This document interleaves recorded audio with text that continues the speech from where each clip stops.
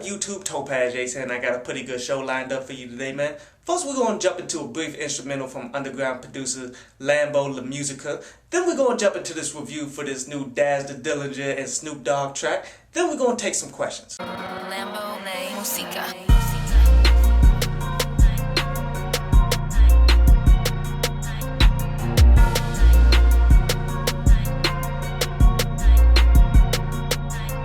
So the Snoop Dogg and Daz the Dillinger Sho You Right track, man, this is honestly the only track that got leaked off of the album that they already have released called Cuzznz and such.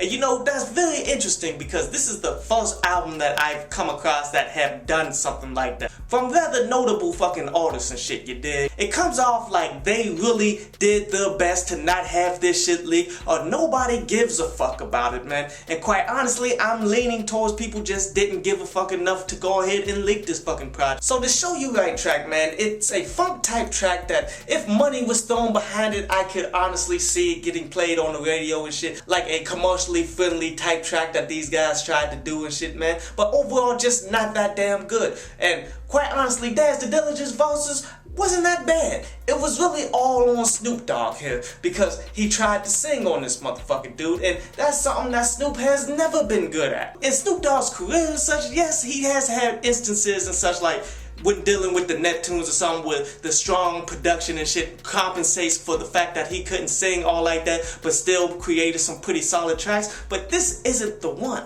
Overall, just not a very good track, and one that makes me really question if I actually want to peep out this album at all type shit. But anyway, on to Ask Download Pass, and Dreamsville says that he believes Master P when he said that No Limit had the chance to sign Eminem, Nas, and a bunch of other acts and such because he was the type of dude that you could sign to and do whatever type of music that you wanted. And which I kind of agreed with that until I saw the Silk the Shocker interview that just dropped today and such, where he said that the reason why they didn't sign Eminem is because they had no idea how to transition a white rapper into the commercial industry. So therefore they did put their fingerprints and shit on top of people's albums and such before they put it out there.